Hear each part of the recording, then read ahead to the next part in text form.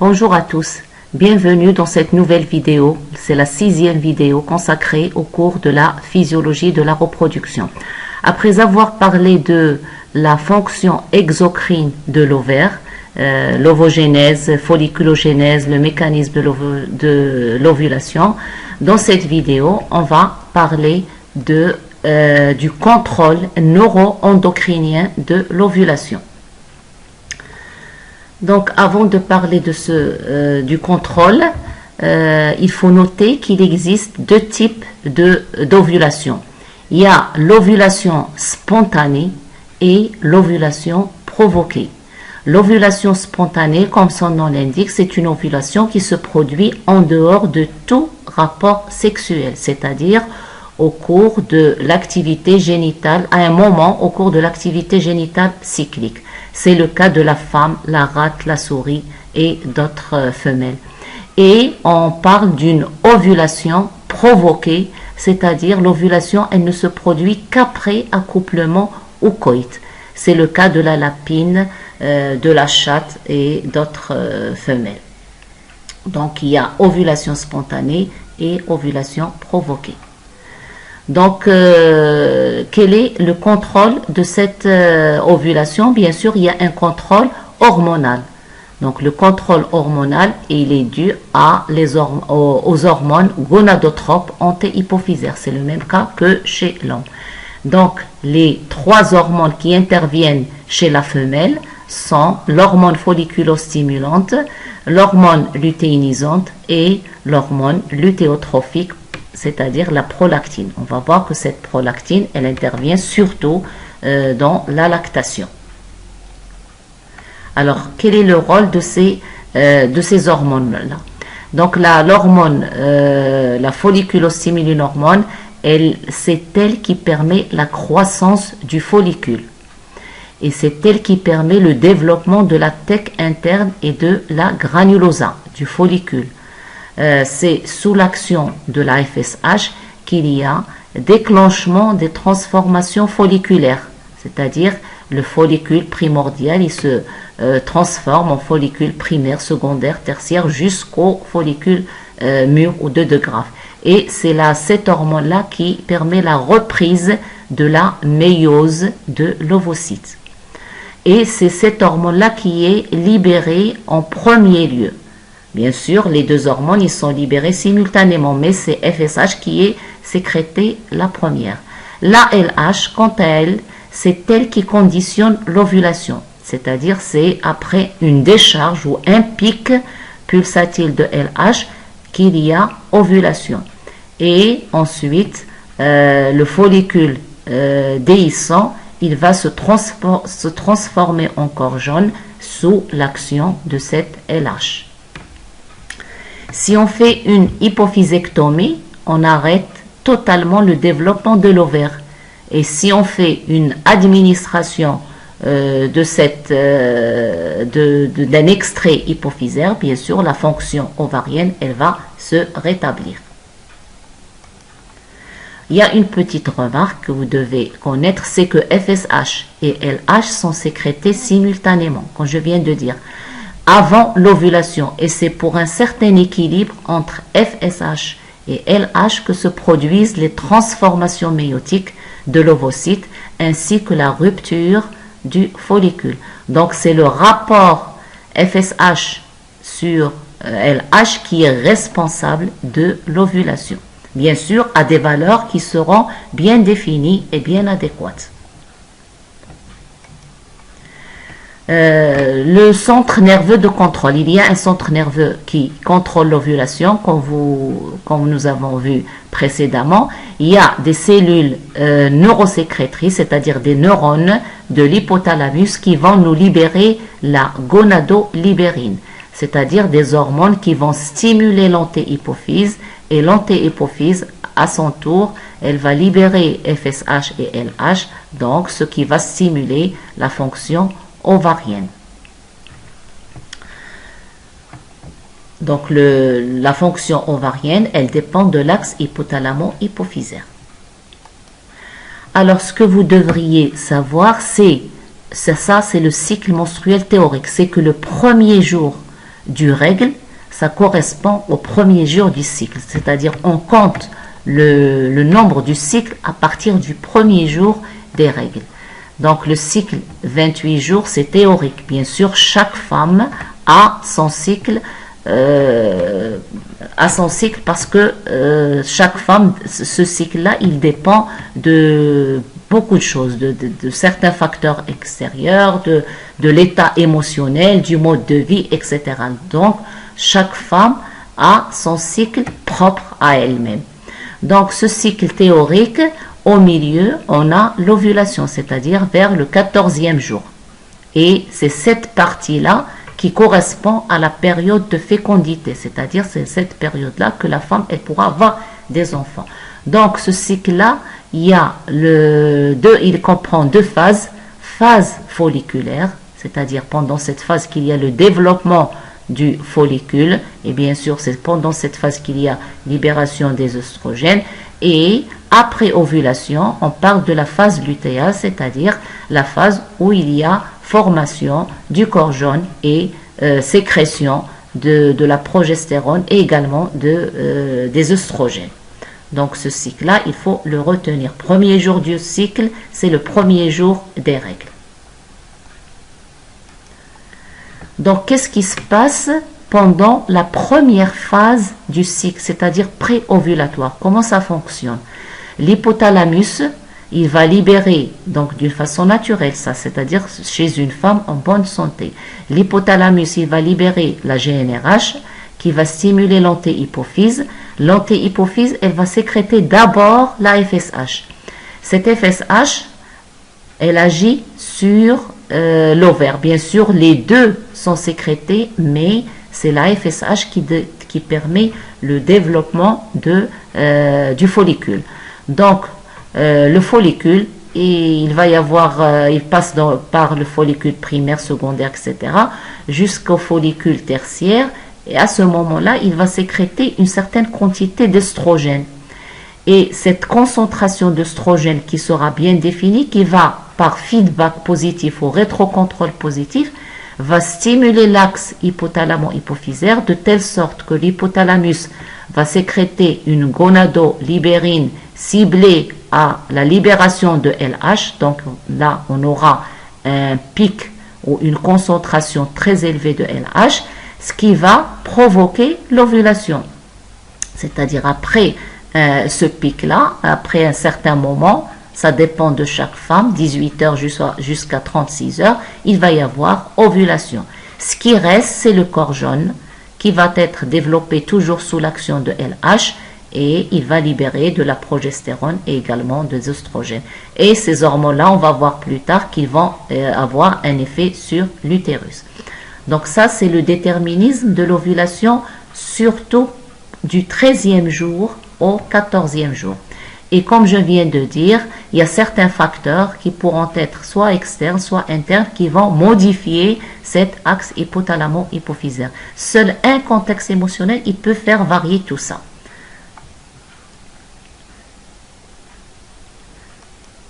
Donc là, c'est le contrôle de la fonction ovarienne toujours pendant la phase initiale et moyenne de la phase folliculaire.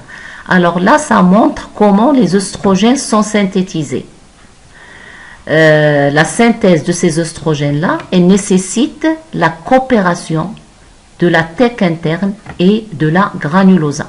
Alors, sous l'action de LH, qui est une hormone gonadotrope, il va y avoir bien sûr activation de l'adénylcyclase, transformation de l'ATP en AMP. Il y a une cascade de réactions qui permet la formation des androgènes. Ces androgènes, ils vont passer dans la cellule, les cellules de la granulosa, et sous l'action de FSH, cette fois, on aura transformation des androgènes en œstrogènes, sous l'action d'une enzyme que l'on appelle l'aromatase. Donc c'est l'aromatase qui permet la transformation des androgènes en œstrogènes.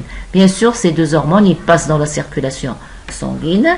Une partie, elle intervient dans le développement de l'ovocyte, et une partie, avec bien sûr des médiateurs chimiques, elle contribue à la prolifération des cellules de la granulosa, c'est-à-dire ils ont des actions dans la cellule elle-même.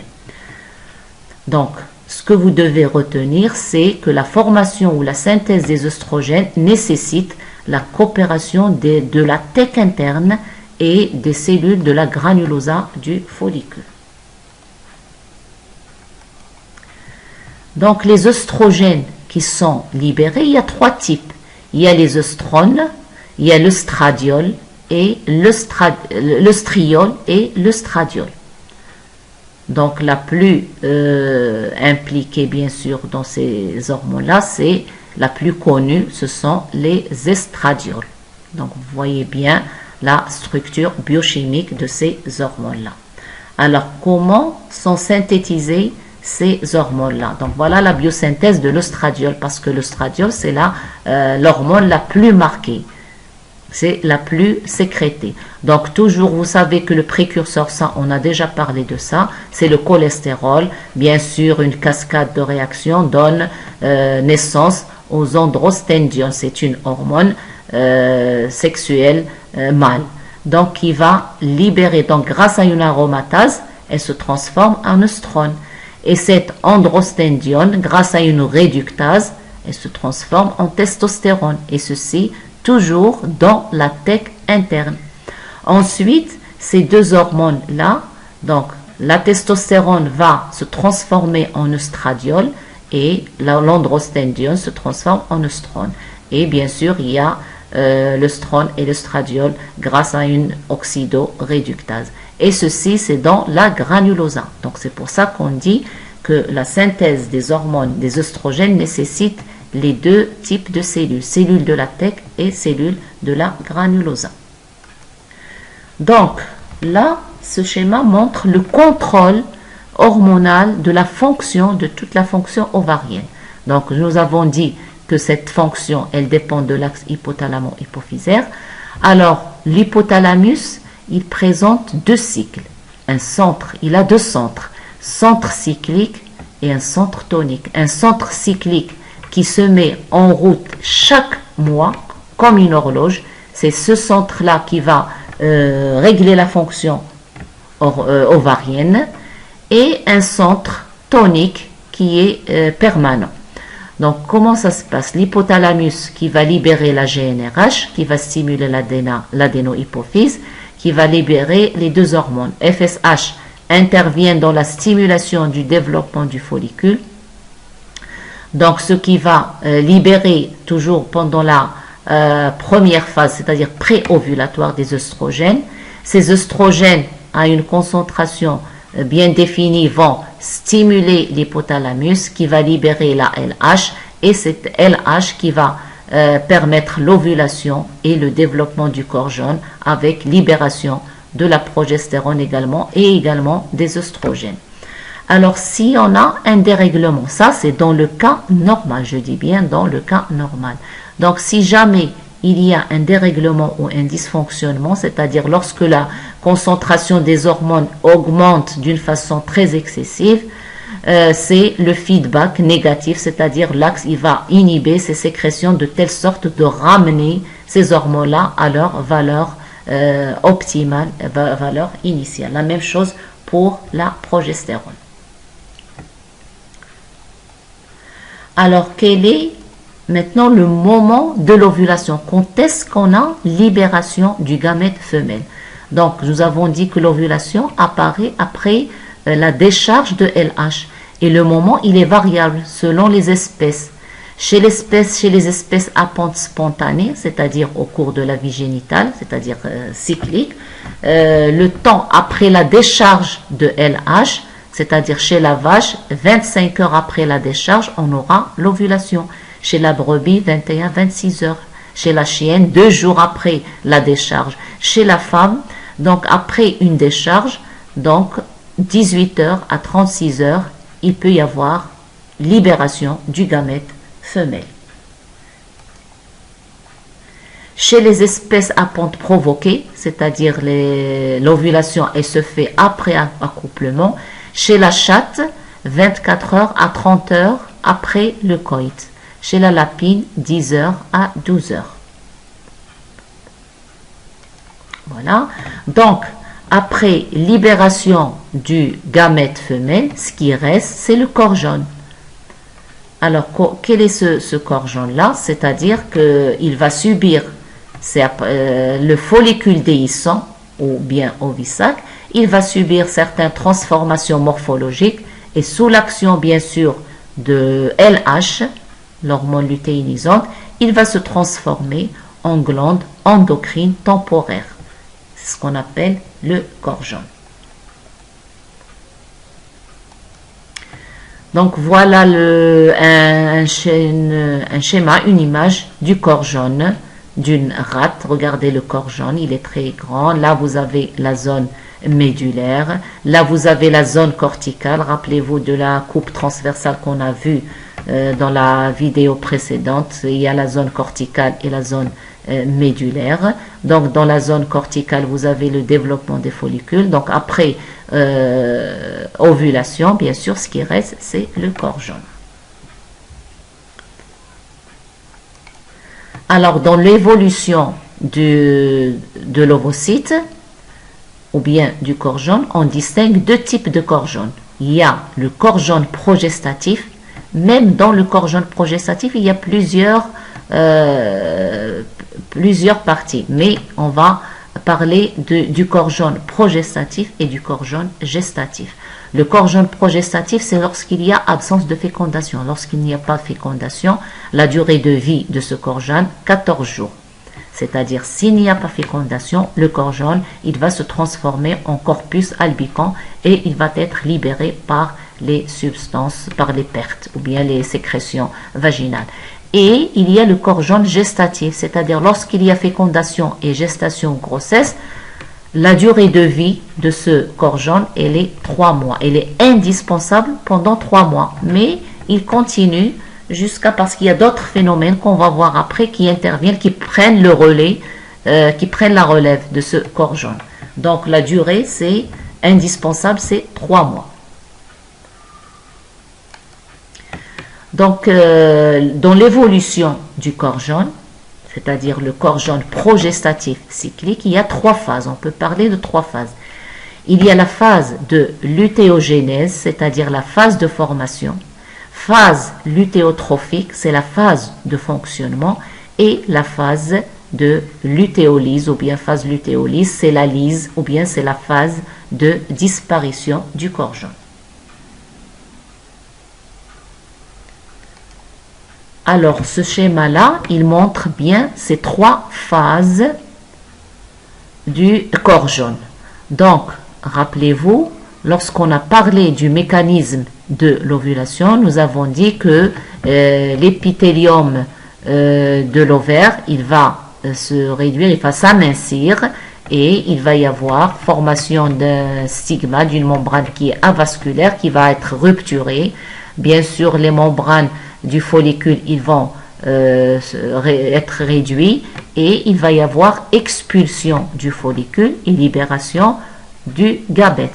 Alors, après libération, bien sûr, ce qui reste, il va y avoir cicatrisation de la partie qui est lysée au niveau de l'ovaire et le follicule déhiscent, c'est ce que vous voyez ici, il va se transformer, bien sûr, il va commencer à former le corps jaune. Alors, les tecs internes, les cellules de la tech interne et les cellules de la granulosa, ils vont se mélanger pour se transformer. Ils commencent à se transformer en cellules lutéiniques ou bien cellules paralutéiniques, c'est-à-dire les cellules qui vont libérer de la progestérone. Donc, c'est le phénomène, c'est ce qu'on appelle phénomène de lutéinisation, c'est-à-dire les deux types de cellules, ils vont se transformer en cellules lutéiniques ou paralutéiniques. Ensuite, le corps jaune, il passe par une deuxième phase, c'est la phase lutéotrophique, c'est la phase de fonctionnement. Il est en plein fonctionnement. Donc, qu'est-ce qui se passe? C'est que à l'intérieur, bien sûr, ici, j'ai oublié de vous dire que les vaisseaux sanguins, ils viennent au milieu de cet ovisac, de ce follicule déhiscent. Donc, dans la phase de fonctionnement, les cellules lutéiniques qui dérivent de la granulosa occupent le centre et ce sont des cellules lutéiniques qui vont vont synthétiser la progestérone. Et les cellules técales de la thèque interne, ils viennent dans la partie périphérique. Et ce sont des cellules, ils se sont transformés en cellules paralutéiniques et qui vont également sécréter de la progestérone. Et bien sûr, il y aura formation de la membrane externe. Alors, s'il y a, bien sûr, s'il n'y a pas de fécondation, parce qu'on est dans le corps jaune progestatif cyclique sans fécondation, il va être dégradé. C'est la phase de lutéolyse, c'est-à-dire la phase de disparition. Le corps jaune, il va se transformer en corpus albicans et il sera libéré avec les sécrétions vaginales. Donc voilà pour cette vidéo, on va rester là et on continuera dans une autre vidéo, Inch'Allah.